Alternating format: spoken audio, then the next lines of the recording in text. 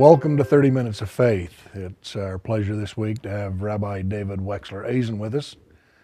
Thank you for being here. Pleasure, John.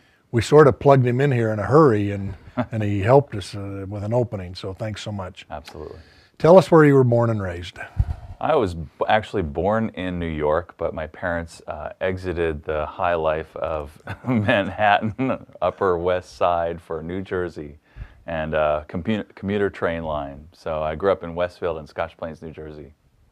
Graduated from high school there? I did, Scotch Plains Fanwood High School. Four of us joined the golf team when we were sophomores. We were undefeated, and we were the New Jersey State champions in 1976. And do you still play? Every chance I get, which is about 3 times a year. It's a great game. It really is. It's a great game. So many lessons. I stopped keeping score quite a few years ago because I'm playing with sons and even grandsons these days. But Yep. my goodness, it's a nice time to spend 3 hours and get out and do it. Best time is the first time in a long time when you definitely can't care about the score. Now, did you grow up in a religious home? I did not. I would say that golf was the religion. My mom turned 80 yesterday, by the way. Happy birthday, Mom. And yes. Dad'll be 85, and they still play, actually. But we, there's certain patterns, right? So the immigrant comes in, and then the child of the immigrant really assimilates, and then the third generation kind of looks back at what was lost from the ethnic background. So I fit that model. They've studied the Japanese immigration patterns and Jewish immigration patterns. So my folks, the goal of many of the immigrants was to fit in to the society, and so that's what we did. And now I somewhere along the line, I think it was my rabbi in 10th grade confirmation class, gave me a sense of the wider world, and really about what we call tikkun olam, which is repairing the world. So it's in a shattered state, and our job is to help pull it back together. And that spoke to me. I think social justice and all of that. When I was going to high school, history was facts and figures and memorization. Sure. There was no analysis of really what was going on behind that. And so I really appreciated what he was doing. And somehow, when I was in college, it kind of clicked in that I really wanted more of that. You weren't bar mitzvahed? Oh no, I was. Oh. I was. When I say I went to synagogue. We went to synagogue. We went not regularly. We were there for the high holidays. We went for some of the Friday night Sabbaths, but I did have my bar mitzvah, and I remember you get to do a little speech, right? And so I remember speaking about the Attica prison riots because I had the Tower of Babel as my Torah portion. I remember my grandfather. I didn't know what I was talking about, but it was. But he was impressive. proudly not. But it was impressive. But he was proudly not. That's what grandfathers do. That's right. But I'll tell you, actually, the real initiation came at about midnight, when between midnight and 2 a.m. my dad and my uncles sat around our kitchen table telling jokes, and I got to stay up and listen to some of their jokes. Cool. And that was that's when I knew I was a man. That's a cute story. Yeah. At what point in your life did you really say to yourself, I'm going to do this. I want to be a rabbi? It was about a 3.5-year process. After my freshman year of college, I had really started to get interested in Judaism. I actually had a roommate who was a Christian evangelical in a suite of guys, and he never approached me to say, why don't you come find out about this? But just his presence made me wonder what I would say. And it made me more interested in understanding my faith and my background. So I started taking classes, and then I went to Washington, D.C. for the summer after freshman year, and I was working in what's called the Religious Action Center for the Reform Movement, the Jewish Reform Movement, and learning about Native American issues and welfare and this and that and the other thing, and studying every Friday with the rabbinic interns. And at the end of the summer, one of them said, why don't you think about being a rabbi? It's like, really? Because up until then, I was going to be a civil rights lawyer like Clarence Darrow in Inherit the Wind. That was my model. And so I started thinking about it. I went back to Princeton, and I actually started liberal services there. They only had conservative services. Were you resisted? Resisted? Did people say, no, we don't really, No, we had a regular crowd of 20 to 30 students, and I remember one snowy winter evening. There were a couple of moments in there that were, I think, formative for me. One was watching everybody go to the library on a Friday night and thinking, well, I'm not a slave. I have a choice here, right? So I'm choosing to step out of the, oh my gosh, I've got to get good grades, I've got to get good grades, and doing something different, and that felt liberating and free. And the other was the time when, unfortunately and horribly, there was a young woman who took her life, and she happened to be Jewish, and the rabbi, the Hillel rabbi, brought her parents to our services.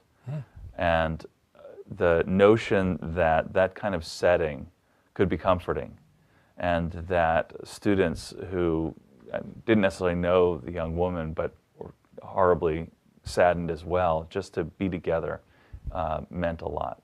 So I think that was really important. But it was about a 3.5-year process until I finally said, you know what, I'm going to rabbinical school. And I remember I had a Jewish professor of religion who was a skeptic, as many are. And when I came into this seminar that I was taking with another professor, and he was sitting in, and I said, I'm going to rabbinical school, and he just dropped his newspapers. Oh, no. That's right. That's right. I want to tell you my Princeton story. Sure. I used to go into the Picatinny Army Arsenal to do business. Sure. And presentations and sessions and briefings were given co-sponsored at or with Princeton. And, they were high-level, big things that we would do in the future. So I go to this session one day with a couple of civilians and a couple of Army officers. One of them was a 2-star general, and they would feed you a little buffet between things, Right. And he says to us, I want to take you to a brothel for lunch.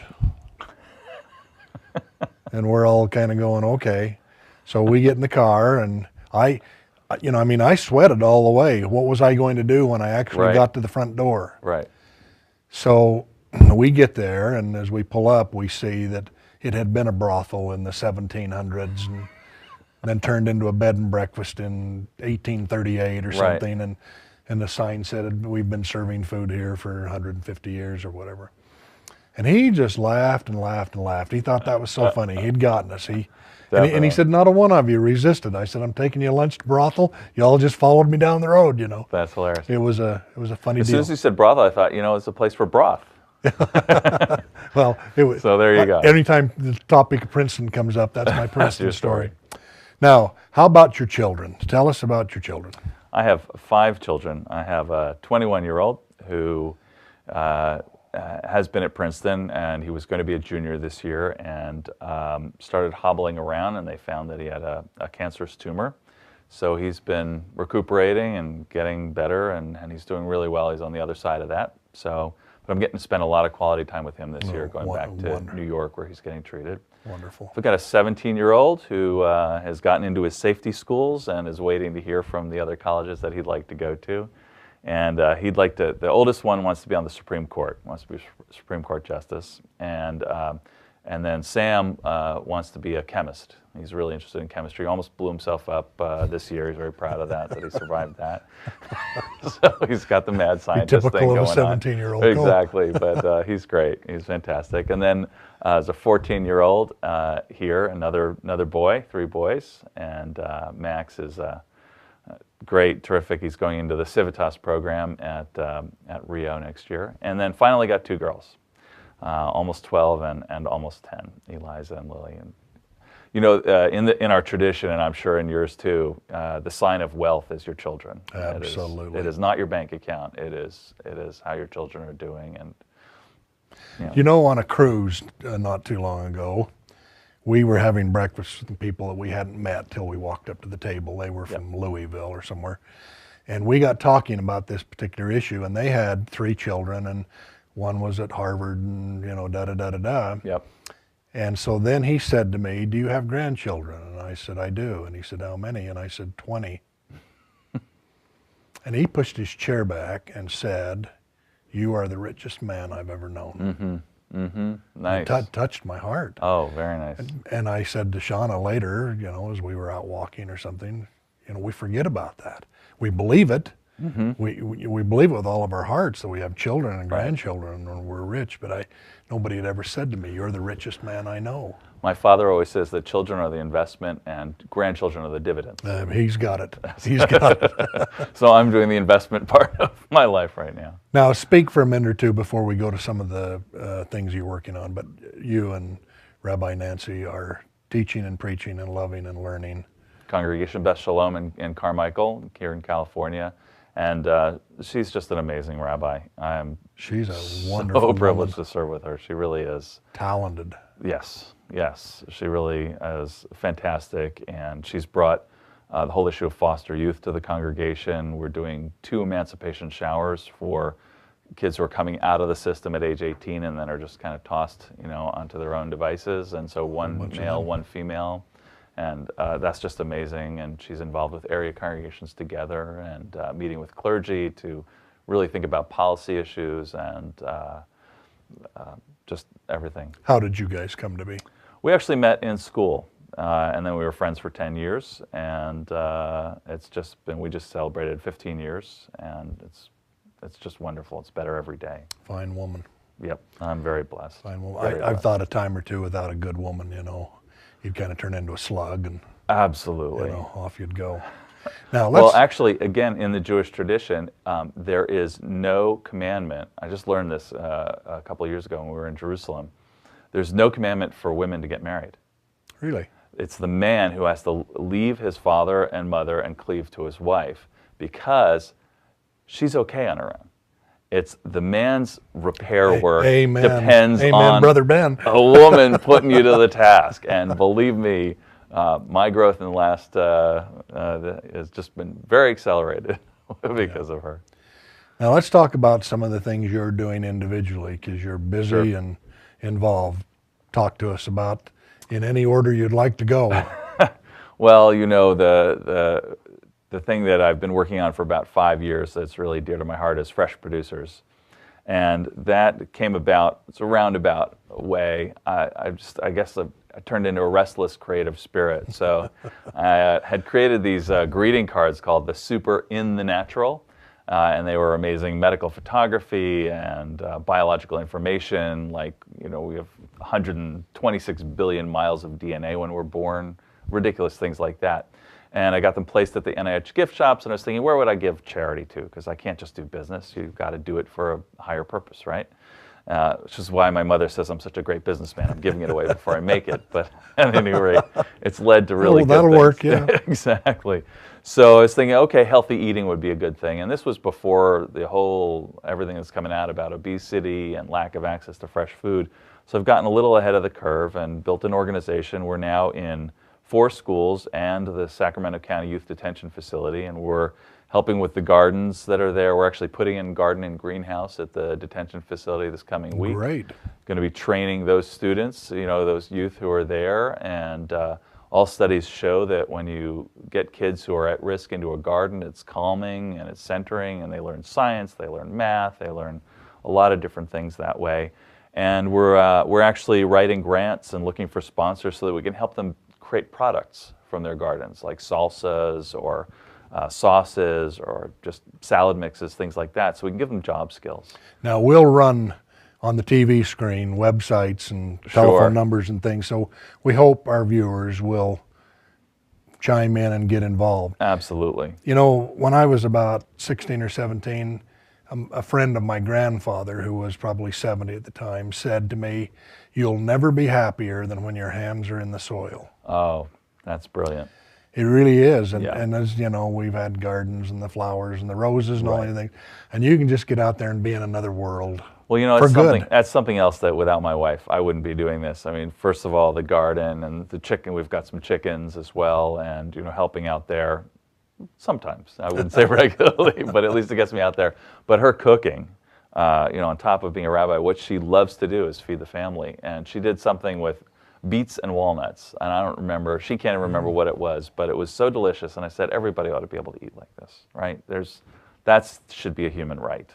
Every child should go to bed well fed, and that's really the goal of this, is that to organize the community in such a way that there are enough resources to take care of all of our kids, because they're not getting taken care of. And are you feeling some success? Definitely feeling some success. The sad part is we have a fresh snack in the after-school program at this one school, 100% free and reduced lunches in Oak Park. And the kids there are saying, this is the first food I've had all day. And that's just tragic. So what we're doing is creating a sponsorship program where for $5 a week, you can basically cover one child. And we'll put part of that money, $2 of those dollars, toward fresh food. And we actually are about to give $2,000 to the food services for Sac City Unified to kick off the program, and $2,000 to the PE department, because we need to restore athletics and the arts to these kids as well. Those are the indicators of fitness and well-being, and they're just not being met with the budget cuts. So we're asking the private sector to do what we're supposed to be doing and taking care of these kids. Well, way to go. Thank you. So I'm really just blessed that I got led to this somehow. Just everything fell into place, and it's really starting to take root. How did you find your way to Sacramento? My wife's a native Sacramento. Yeah. So she grew up here. Her mom was actually first violinist in the symphony for many, many years. And her dad had a career girl dress store downtown before all the chain stores kicked, the little mom and pop stores out of existence. And we were looking for a place to serve together. We wanted to have one congregation to raise the kids in. We were in different places back in the East, and it just felt fragmented. So we were applying to different places, and lo and behold, there was an opening at this congregation here. And Carrie Cohen, who just celebrated her 90th birthday, was her kindergarten Hebrew school teacher.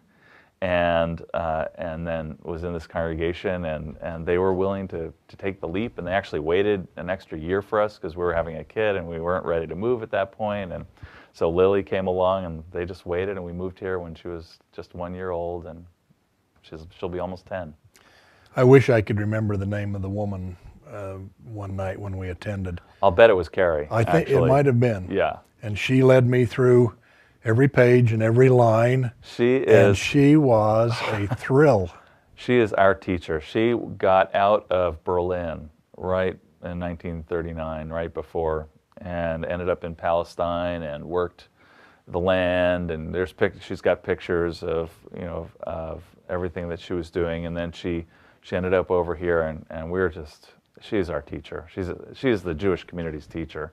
Well, she led us through, and she was so delightful. And when it was time afterward to go in and have a snack, she announced which was good, better, and best, and why, where, and who, and we sampled a variety of things and found her to be right on every time. And what you have to do is come to the food festival in the fall when she makes her cabbage rolls. And you got to order those ahead of time because those sell out. We better try to do that. Absolutely. Are your children aware of their Jewish background, traditions? Are they attached to being Jewish? They are. And they're all thinkers. We don't say just take it or leave it. We really say think about it. And so our eldest actually contributes regularly to the Holocaust Museum, and he really cares about oppression. And there are a lot of younger Jews who don't realize how much their Jewish background has led them to that kind of interest. I think he's pretty well aware of it. He's not that interested in sitting down and praying. I can't say that any of them are yet in that place, but I don't think prayer is necessarily always for younger people. I think more activity is for them. But they're all having their bar bat mitzvahs, and they're involved in the community and in their congregations.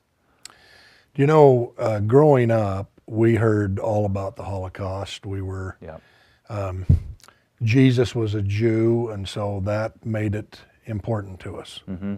My father and mother were adamant about that. Mm-hmm.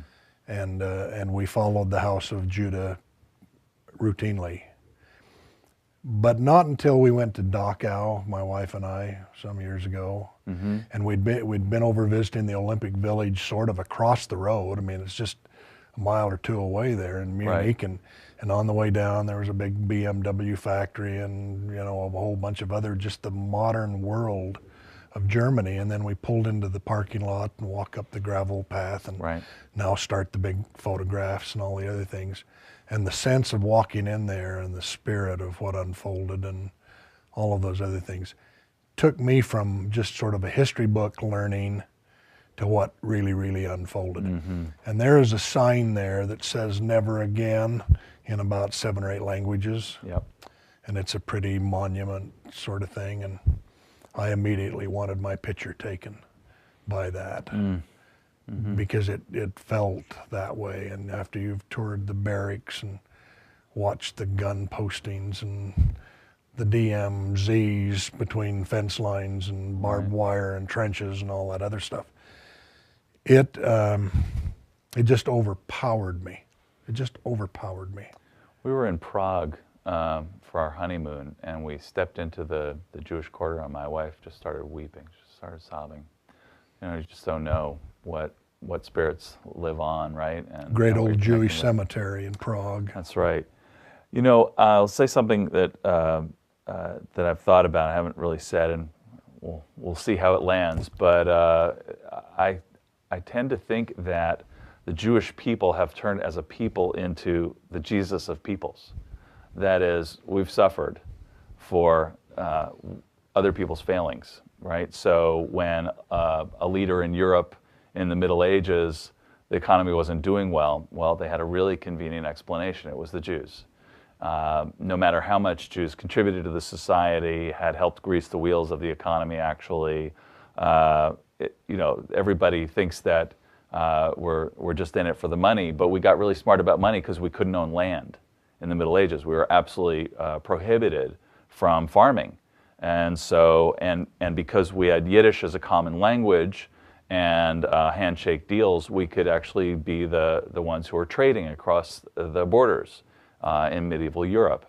And unfortunately, with Shakespeare and Shylock and all of that, and we've gotten pegged as just trying to take everybody else's money, when in fact, there's always some rotten apples, in a barrel, but the vast majority of Jews are as generous as you could possibly imagine, are contributors to a wide range of things, and have really tried to start a lot of different things.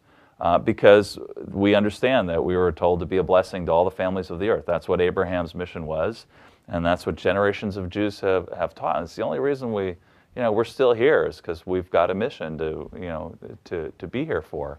And the vast, vast, vast majority of us really understand that. But unfortunately, due to the way that the Gospels turned out, when the Romans couldn't be blamed. You can't blame the real problem, and now at least, Italians, they don't identify with Romans, so you're not blaming anybody who's currently alive for this, but we've carried that on our backs. Well, what you said landed well. Okay. That landed well. Sean and I were in Argentina a couple of months ago, and I can't remember the name of the town, but we were introduced to some gauchos. Mm-hmm. And the one man, as we talked in broken English, said he was Jewish. So I started rattling off my Jewish friends and what we're doing and da-da-da-da-da. And he said, "Do you know Yiddish?" And I said, "No, not even hardly a word." He said, "Well, amongst the cowboy population, the Jewish gauchos, we only speak Yiddish." Wow. In Argentina. That's great. And I just great. thought that was really, really cool that they were doing that. That's fantastic. And that little moment in time that lasted 30 seconds then went on to other things, and away we went. But I laid in bed that night and thought, I've always thought about the Argentine gauchos, but I've never thought about them speaking Yiddish. Never in a million years. You know the difference between a shlemiel and a schlemazel? I do not. The schlemiel spills the soup on the schlemazel. It's a little Yiddish lesson. Okay. That's the quickest Yiddish lesson I can give you. Very good. Now, where do you see yourself 10 years from now? Oh my goodness. 5 years from now? On the golf course. Good for you. More. And I'll be there with you. More on the golf course. No, I think that we're really hoping to create this model of community economic empowerment in a way that it could be replicated anywhere. So that's really my hope, is to have helped to invent with a whole lot of other people kind of a different way actually of doing money, that really supports the young people in the community, and it provides jobs and a more equitable understanding of money. My senior sermon in rabbinical school was scheduled for November 9th, 1984, a week after Ronald Reagan was sure to be reelected. And I grew up in a Republican household, and my sermon was on, if you're going to advocate for the free market, then you've got to make sure that that market is organized in a way that creates access for lower income folks and for people who don't have access to resources to produce. And lo and behold, that kind of wormed its way into my unconscious and has reemerged, almost 3 decades later. And that's what I would hope, is that there's a bipartisan way for all of us to both use public and private initiative together to really take care of everybody. And that's the only thing that's worth doing, I think. Well said. Well, other than raising your kids and playing golf. Right. Now, if you can wave the magic wand in life and fix something or do away with something or whatever, what would it be? Well, I think that would pretty much be it. But maybe my duck hooks on the golf course too. Thank you. Absolutely. Rabbi David, nice to visit with you. Always a pleasure, John. Thanks so much. Take care. You bet.